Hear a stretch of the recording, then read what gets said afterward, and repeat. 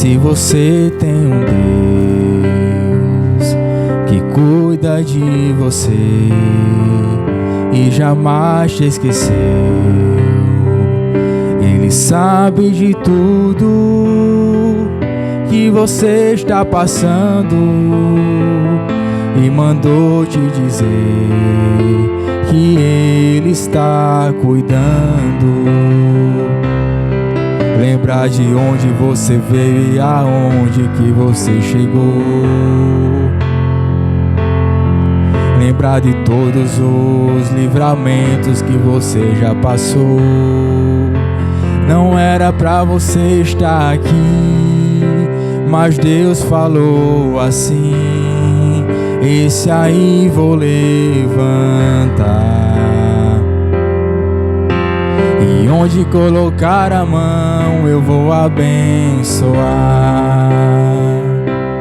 Não chore, quem cuida de você não dorme.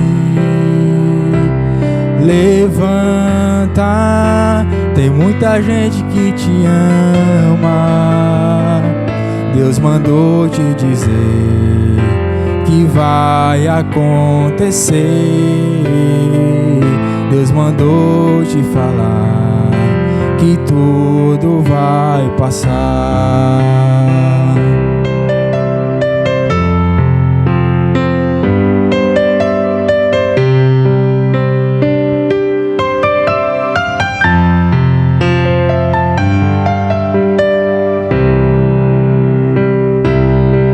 Lembrar de onde você veio e aonde que você chegou. Lembrar de todos os livramentos que você já passou. Não era pra você estar aqui, mas Deus falou assim: esse aí vou levantar. E onde colocar a mão eu vou abençoar. Não chore, quem cuida de você não dorme. Levanta, tem muita gente que te ama. Deus mandou te dizer que vai acontecer. Deus mandou te falar que tudo vai passar. Não chore, quem cuida de você não dorme. Levanta, tem muita gente que te ama. Deus mandou te dizer que vai acontecer. Deus mandou te falar que tudo vai passar. Deus mandou te dizer que vai acontecer. Deus mandou te falar que tudo vai passar. Amém.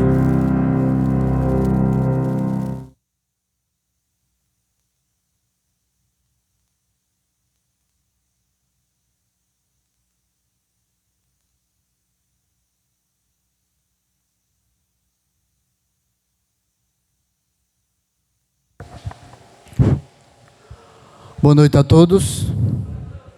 Que a paz do Senhor Jesus esteja com cada um de nós. Amém. Que alegria podemos estar aqui hoje na casa de Deus para continuar aprendendo, estudando, conhecendo melhor os planos, os propósitos que Deus tem para a vida de cada um de nós. Que essa noite você tenha uma certeza, o Senhor Jesus, Ele te ama muito. Ele se preocupa com você, Ele quer o melhor para você, para a sua família.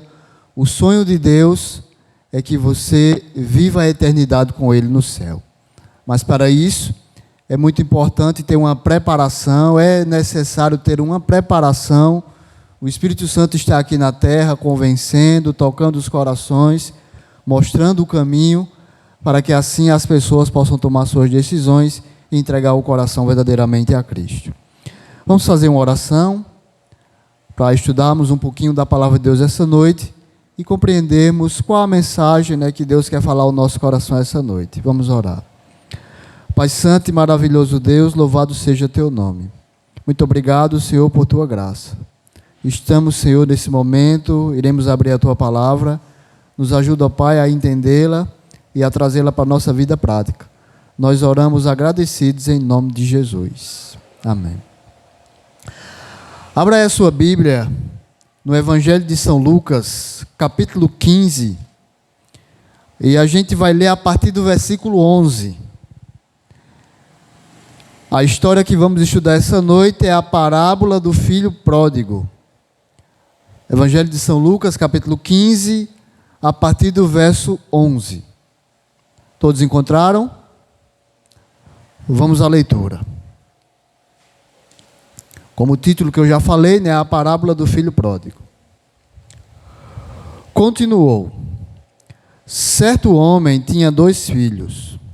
O mais moço deles disse ao pai: Pai, dai-me a parte dos bens que me cabe. E ele lhes repartiu os haveres. Passados não muitos dias, o filho mais moço, ajuntando tudo o que era seu, partiu para uma terra distante e lá dissipou todos os seus bens, vivendo dissolutamente. Depois de ter consumido tudo, sobreveio àquele país uma grande fome, e ele começou a passar necessidade. Então ele foi e se agregou a um dos cidadãos daquela terra, e este o mandou para os seus campos a guardar porcos. Ali, desejava ele fartar-se das alfarrobas que os porcos comiam, mas ninguém lhe dava nada. Então, caindo em si, disse: Quantos trabalhadores de meu pai têm pão com fartura, e eu aqui morro de fome? Levantar-me-ei e irei ter com o meu pai, e lhe direi: Pai, pequei contra o céu e diante de ti. Já não sou digno de ser chamado teu filho.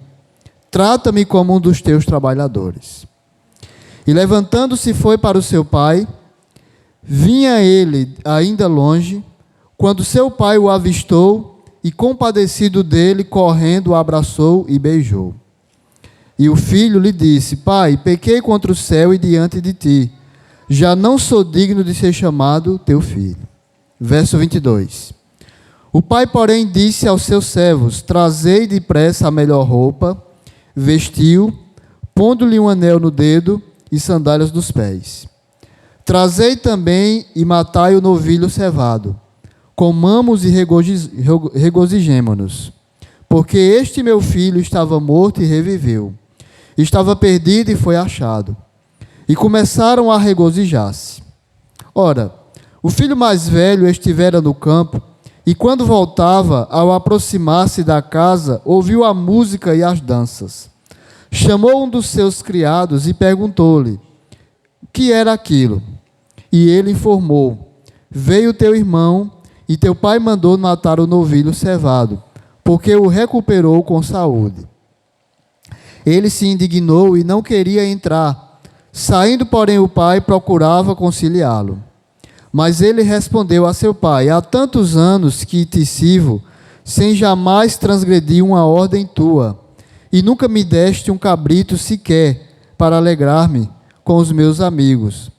Vindo, porém, esse teu filho, que desperdiçou os teus bens com meretrizes, tu mandaste matar para ele o novilho cevado. Então lhe respondeu o pai: meu filho, tu sempre estás comigo, tudo que é meu é teu. Entretanto, era preciso que nos regozijássemos e nos alegrássemos, porque esse teu irmão estava morto e reviveu, estava perdido e foi encontrado. Amém? Que história incrível. Essa história aqui é uma história impressionante. E dentro dessa história, nós encontramos aqui 3 personagens.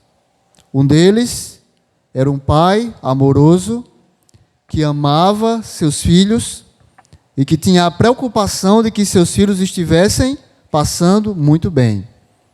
Um outro personagem era um filho ingrato, que estava apenas interessado nos recursos que tinha o pai e tinha o desejo de desperdiçar esses recursos. Queria receber a herança mesmo antes do pai falecer. Mas esse mesmo, no final da história, se arrepende e retorna para a casa do pai. O outro personagem era um filho que estava sempre próximo do pai, que não desobedecia às ordens do pai, mas também teve uma atitude incorreta ao ver o seu irmão retornar para casa. Ao invés de ficar feliz, acabou ficando chateado com aquela situação. O que é que essa história ela mostra para a gente? Essa história ela mostra um Deus amoroso, que cuida dos seus filhos, que ama os seus filhos, que independentemente do que os seus filhos façam, ele continua aguardando os seus filhos retornarem para casa. Independentemente da atitude dos seus filhos, é um Deus amoroso que, mesmo que você faça alguma coisa que o desagrade, ele não te amará menos. Ele continua te amando com a mesma intensidade. E essa história mostra para a gente que Deus é um Deus de amor incondicional. Não é um amor que impõe condições.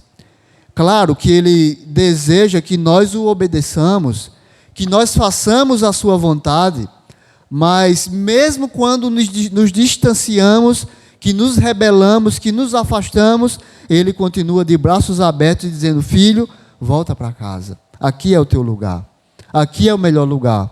Aqui é o melhor lugar do mundo. Esse pai da história, ele representa Deus. Deus é dessa maneira. Deus jamais desiste de nenhum dos seus filhos. Existe até aquela frase: enquanto há vida, há esperança.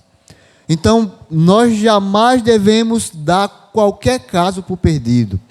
Neste mundo não existe nenhum caso perdido. Enquanto as pessoas estão vivas, elas têm oportunidade de voltar. Não há mais longe que uma pessoa vá que ela não possa retornar. Ainda há tempo. Então, se você conhece algum amigo que se distanciou de Deus, que se afastou de Deus, e você deu aquele caso como perdido, vá atrás, pois Deus ele jamais desiste de nenhum dos seus filhos. Deus ele não dá nenhum caso por perdido. Pelo contrário, Ele vai em busca. E da mesma maneira que esse pai aqui amoroso, Deus faz uma grande festa quando os seus filhos retomam para o primeiro amor. Quando os seus filhos retornam para a casa do pai. Deus é assim. Esse é o Deus que nós conhecemos. Esse é o Deus que a Bíblia revela. Esse é o Deus amoroso que nós aprendemos as suas preciosas verdades. Deus ele está ansioso para te levar para o céu. O maior desejo de Deus, o grande sonho de Deus, o maior sonho de Deus é ver a sua igreja salva e vivendo a eternidade com Ele. Esse é o sonho de Deus. Deus fica muito triste quando as pessoas se afastam dEle, quando o pecado nos tira da presença dEle, pois o inimigo ele está aí ao nosso derredor a todo momento, tentando fazer nós pecarmos. Pois quando a gente peca, quando nós pecamos, nós nos afastamos da presença de Deus. São as nossas iniquidades que fazem separação entre nós e Deus. Muitas vezes nós chegamos até a dizer: o Espírito Santo está distante de mim, quando na verdade somos nós que nos distanciamos do Espírito Santo. Há até alguns momentos aqui na Bíblia que a palavra de Deus fala do pecado contra o Espírito Santo. Que algumas pessoas chegam até ao ponto de dizer que não tem mais retorno. Mas na verdade que sempre quando uma pessoa ela vem, está numa situação dessa, pecar contra o Espírito Santo, é porque essa própria pessoa ela não se perdoa mais. Porque Deus ele sempre perdoa. Deus ele sempre dá uma oportunidade. Quando a pessoa vem chegar a esse ponto de cometer um pecado contra o Espírito Santo, é porque essa pessoa ela realmente ela não quer o perdão de Deus. Ela não aceita o perdão de Deus porque ela própria não está se perdoando. Pois Deus é um Deus amoroso que sempre perdoa os seus filhos, que sempre dá uma oportunidade para os seus filhos, que sempre vai em busca dos seus filhos e quer trazer os seus filhos de volta para casa, independente da situação, independente do que ocorra. Eu não estou dizendo aqui que a gente deva viver em pecado, ou que a gente deva se rebelar contra Deus, ou que a gente deva se afastar de Deus. Não, pelo contrário. Devemos sempre buscar a presença de Deus. Devemos sempre clamar a misericórdia de Deus e diariamente procurar ter um relacionamento com Ele. Essa é a vontade de Deus. E essa tem que ser a minha e a sua atitude. Mas o que eu quero dizer é que quando as pessoas se distanciam, se afastam de Deus, esse caso não deve ser dado por perdido, de maneira alguma. Nem a própria pessoa que se afastou deve achar que não tem mais esperança para a sua vida, pois na sua vida ainda tem esperança. Nem as pessoas que também estão ao redor jamais devem dar aquele caso por perdido, porque Deus jamais desiste por nenhum caso. Deus jamais desiste de nenhuma pessoa. Ele está sempre esperançoso, sempre com o desejo que os seus filhos retornem para Ele, pois esse é o nosso Deus. É o que essa parábola aqui vem nos apresentando. O filho pródigo, quando ele, infelizmente, ele foi uma pessoa egoísta, como eu falei aqui, ele estava apenas interessado no que o seu pai tinha de recursos. Na verdade, ele não tinha amor verdadeiro pelo pai, ele só queria esbanjar, gastar, e ele amava apenas o que o seu pai tinha.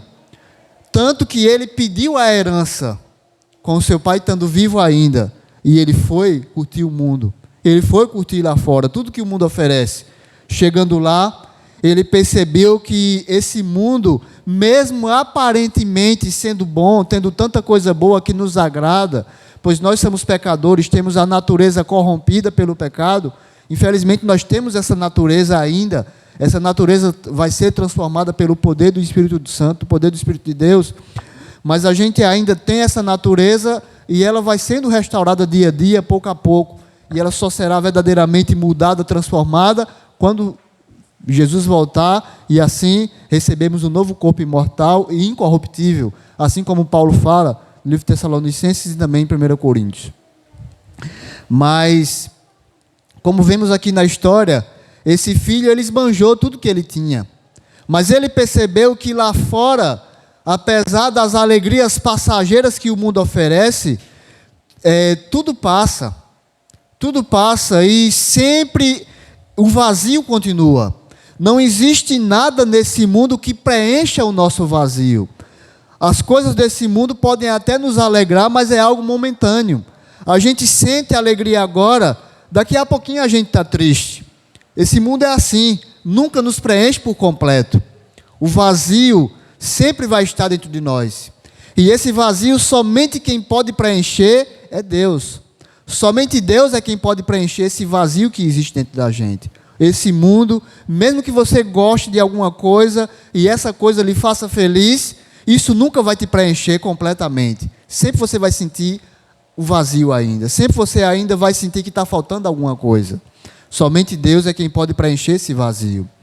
E o filho, ao perceber que não valia a pena as alegrias deste mundo, depois que ele gastou tudo, depois que ele ficou sem nada, quando os amigos se afastaram dele, as pessoas estavam ali junto com ele, quando ele ficou sem dinheiro, todos os amigos se afastaram. E ele ficou sozinho, arruinado, até o ponto da Bíblia falar que ele foi comer a comida dos porcos. Veja que situação. Um filho de um rei e chegar ao ponto de se alimentar de comida de porcos. Talvez muitas pessoas tenham chegado a essa situação. Talvez não seja o seu caso, mas algumas pessoas chegam ao ponto de se alimentar de comida de porcos deste mundo. Chegam ao ponto de viver grandes humilhações, de se afastarem tanto de Deus que ir no mundo acabar apanhando das coisas que o mundo maltrata a vida das pessoas. Mas o que foi que o filho fez? O filho se lembrou que o pai era um pai amoroso, que o pai o aceitaria de volta, ele teve esperança em seu coração. E ele pensou, se meu pai vai me aceitar de volta, nem que seja como um empregado, e lá eu terei pelo menos o que comer. E esse filho, ele toma a decisão, e ele retorna à casa do pai. E ao chegar à casa do pai, ele tem uma grande surpresa. E o pai o recebe com grande alegria, ao ponto de pedir aos seus empregados que preparem um grande banquete, que coloquem no filho roupas novas, que prepare o filho, pois era uma grande festa para o pai. Pois o filho que estava perdido reviveu, o que estava morto ressuscitou e voltou para casa. E o pai se alegra com essa atitude do filho. Um filho arrependido, que apesar de ter tomado uma decisão errada, mas ele entendeu que precisava retornar para a casa do pai. E foi isso que aconteceu. E ao retornar para a casa do pai, como eu já falei, houve grande gozo, grande alegria. Mas é interessante que o filho que vivia na casa do pai, que não se rebelou contra o pai, que deveria também, junto com o pai, ter uma grande satisfação de ver o seu irmão voltar para casa.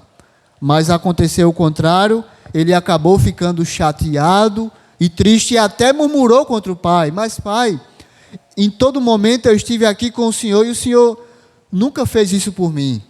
E esse teu filho mau, que gastou tudo que era teu, o Senhor faz uma coisa dessa, o recebe com uma grande festa. E o pai, com atitude carinhosa, com atitude amorosa, ao invés de repreender o filho, ele o trata com grande carinho e ele diz: filho, tudo que é meu é seu. Você sempre esteve aqui comigo. Você é herdeiro de tudo isso aqui. E a nossa alegria, a minha alegria, que deve ser a sua também, é de ver o teu irmão ressurgindo, pois ele estava morto, pois ele estava perdido, e agora ele foi encontrado. E é essa atitude que Deus tem com os seus filhos. É essa mesma atitude que Deus tem com o seu povo, mesmo quando este se afasta. E nós, como filhos de Deus, ao ver pessoas se afastarem, e ao ver pessoas retornarem, nós devemos ter a alegria de ver as pessoas retornarem para Deus, ao invés de ficarmos chateados, de ficarmos carrancudos ou de ficarmos tristes. Pelo contrário, devemos ficar alegres, pois há uma grande festa no céu. A Bíblia diz que quando um pecador se arrepende, os anjos comemoram. Existe festa e regozijo no céu. E aqui na terra também deve existir festa e regozijo, pois é dessa maneira que Deus trata as suas criaturas. É dessa maneira que Deus trata os seus filhos. Então, irmãos, essa história, ela mostra para a gente um Deus amoroso, um Deus que te ama muito, um Deus, claro, que deseja que você o obedeça, e eu também, que deseja que a gente a cada dia entregue o coração a Ele. Mas se em algum momento, na tua caminhada, se em algum momento na tua jornada, você se afastou, ou você se afastar, lembre-se que existe um Deus amoroso. Eu me lembro de um pai que contava para um filho, dizia: filho, um filho que estava se afastando dos caminhos de Deus, ele dizia: filho, independente do que aconteça na sua vida, nunca se afaste da presença de Jesus. Sempre esteja na presença de Jesus, pois se sempre estivermos na presença de Jesus, nós temos a certeza que o mal jamais poderá nos vencer. Independente do que aconteça, sempre está na presença: Senhor, tem compaixão de mim, tem misericórdia de mim, eu sou um pecador, me ajuda para que eu jamais me afaste de tua presença. Esse precisa ser o nosso sentimento, esse tem que ser o nosso desejo. E se assim for, naquele grande dia que o Senhor Jesus raiar nas nuvens do céu, Ele terá uma grande alegria, terá grande felicidade de colocar sobre a sua cabeça a coroa da vida eterna. Esse é o desejo do Senhor Jesus. Não quer você essa noite entregar o coração a Cristo e dizer para Ele: Senhor, eu estou aqui, eu sou um pecador, eu não tenho nada para te dar, não posso te oferecer nada, eu não tenho como pagar o grande sacrifício que o Senhor fez na cruz por mim, mas a única coisa que eu tenho, que eu quero te dar, é o meu coração, que é um coração cheio de pecado, que é um coração pecador. Transforma ele, restaura meu coração, restaura minha vida e me ajuda a ser um verdadeiro servo teu. Transforma o meu caráter semelhante ao teu. Esse é o desejo do Senhor Jesus, e esse precisa ser o meu e o seu desejo. Reconheçamos o poder de Deus, reconheçamos que somos pequeninos, falhos, e que precisamos urgentemente nos voltarmos para Deus e dizer isso para Ele: Senhor, me aceita de volta, pois Ele sempre nos aceita. Então, louvado seja o nome de Deus, louvado seja o nome do Senhor Jesus, e que a cada dia venhamos verdadeiramente buscar a sua face e buscar a sua presença. Para finalizarmos, vamos cantar o hino de número 123 do Inário. O hino tem como título O Amor de Jesus. Jesus, que é um Deus amoroso, que é um Deus eterno, e Ele voltará para te levar para casa, para o verdadeiro lar, para viver a eternidade com Ele para todo sempre. Amém. Vamos ficar em pé, cantemos juntos o amor de Jesus.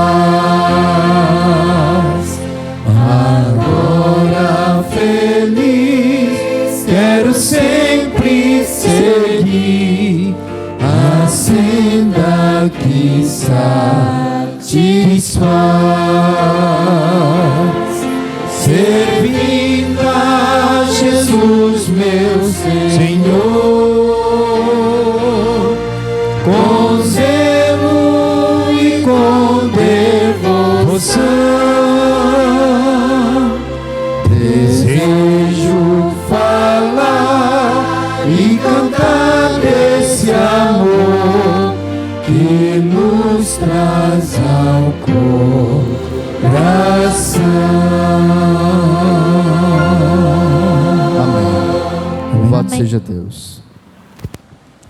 Vamos orar. Querido Deus, maravilhoso Pai, muito obrigado, Senhor, porque o Senhor nos ama tanto. Obrigado, Senhor, porque o Senhor tem cuidado de nós. Nos perdoa, Pai, por todos os nossos pecados. E que o Teu Espírito a cada dia transforme a nossa vida. Nos ajuda, ó Deus, a estarmos mais próximos de Ti. Acompanha-nos em paz até os nossos lares, com a companhia dos Teus santos anjos. Nós Te oramos, Senhor, agradecidos, em nome de Jesus. Amém.